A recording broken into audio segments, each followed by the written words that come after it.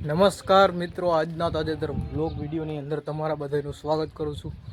અને અત્યારે આપણે ફરી પાછો રોંઢેજ બ્લોગ ચાલુ કરી દીધો છે, જોઈ લ્યો. અને આજે આપણે ભોગી ગયા છીએ મસ્ત મજાના આપણા ઘરે. તમે જોઈ લ્યો, અહીંયા ગાડી પર આવી ગયા છે ને ઠંડો ઠંડો પવન વાય છે, જેવો ધજા ફરકે.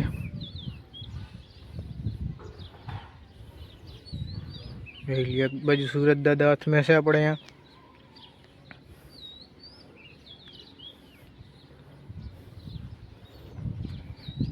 એવો અહીંયા મારા બા વિવેક અને એમાં દાદા થઈને બેઠા હા.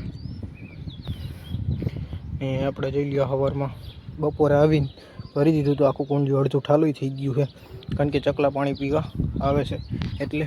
અને હમણાં તો વિવેકભાઈને ભર્યું હોય કે ના ભર્યું એ આપણને કંઈ ખબર નથી.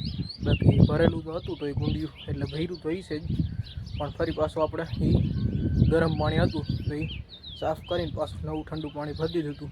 ત્યારે અડધું ઠાલું થઈ ગયું છે એટલે ચકલા કાયમી આવીને પાણી પી શકે તમારે. અને અટાણે જેવું વાતાવરણ અને ગામમાં આવીને આપણા જોઈ લ્યો ચકલીઓનો અવાજ ને કંઈક અલગ જ મજા છે. એવો ચકલી બેઠી હોય અને અવાજ તમે સાંભળજો એક ફરે ચકલીઓનો.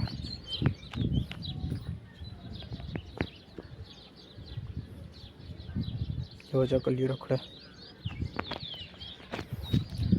તમે એક વાત કહું, તમે ગમે ત્યાં જાઓ, દુબઈ જાઓ, રાજસ્થાન જાઓ, રાજકોટ જાઓ કે ગમે એ ગામ જાઓ, ગમે એ રાજ્યમાં જાઓ કે ગમે ત્યાં જાઓ, તમે અહીંથી લઈને વાં સુધી જાઓ પણ તમને ઘર જેવી મજા ક્યાંય ન આવે. તમે ગમે ત્યાં રખડી આવો આ ભલે, પણ તમને છેલ્લે ઘરે આવી જાઓ ને એટલે એમ થઈ જાય કે આઈસ ઘર જેવી ક્યાંય મજા જ નથી. એટલે ઘરે આપણે આવી ગયા છીએ. 3-4 દી આપણે ગયા હતા, હગાઈને હતું એવું. અને બાકી હગાવાલા માટો બાટો મારી ગયા હતા અને આજે આવી ગયા ઘરે.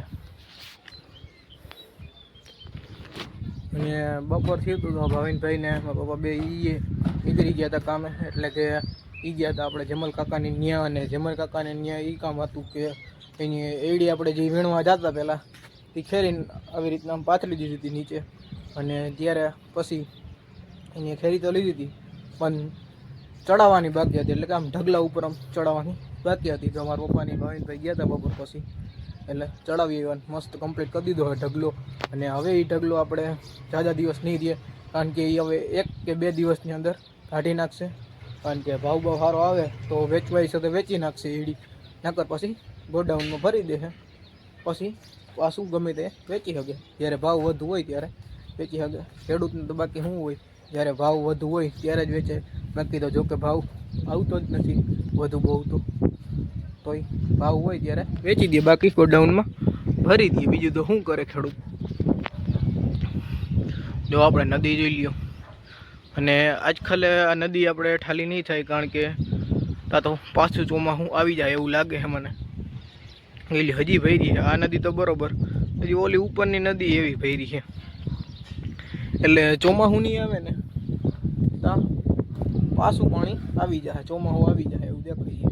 ખાલી નહીં થાય, નકર તો પારી ફલે ઉનાળામાં આપણે ચાલુ થઈ જતું હોય નદી, પણ હજી ખલે નહીં થઈ. હજી કેક થઈ છે પણ હાવ તો નહીં જ થાય. બાકી ગામડે આવી જાઓ આપણા ઘરે એટલે સુખ શાંતિ ચેન બધું તમને મળી જાય અહીંયા. તો બસ આજના બ્લોગ વિડીયોમાં આટલું જ હતું. જો તમને સારો લાગ્યો હોય તો લાઈક કરી નાખજો, અને જો ચેનલમાં નવા હોય તો ચેનલને સબસ્ક્રાઈબ કરી નાખજો. હાલો આપણે મળીશું કાલે નવા બ્લોગ વિડીયોમાં. ત્યાં સુધી જય જવાન જય કિસાન.